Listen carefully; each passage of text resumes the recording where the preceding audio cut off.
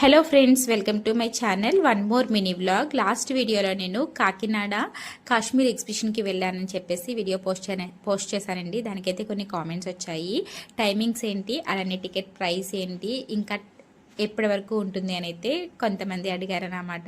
యాక్చువల్గా 3 years దాటిన ప్రతి ఒక్కరికి కూడా 100 రూపీస్ అయితే ఛార్జ్ చేస్తున్నారండి టికెట్ ప్రైస్.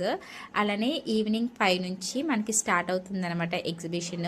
ఇంకా ఇది మేలో స్టార్ట్ అయింది కాబట్టి జూన్ ఎండింగ్ వరకు కూడా మనకి ఎగ్జిబిషన్ అనేది ఉంటుందండి. ఫొటోస్ తీసుకోవాలి అనుకున్న వాళ్ళకి ఈ ఎగ్జిబిషన్కి చక్కగా వెళ్ళొచ్చు. ఫొటోస్ తీసుకోవడానికి చాలా బాగుంది. లొకేషన్ లోపల 6 houses వరకు కూడా పెట్టారన్నమాట.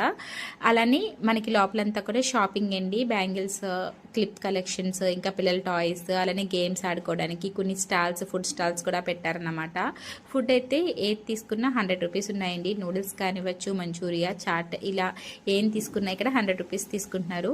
టేస్ట్ అయితే అంత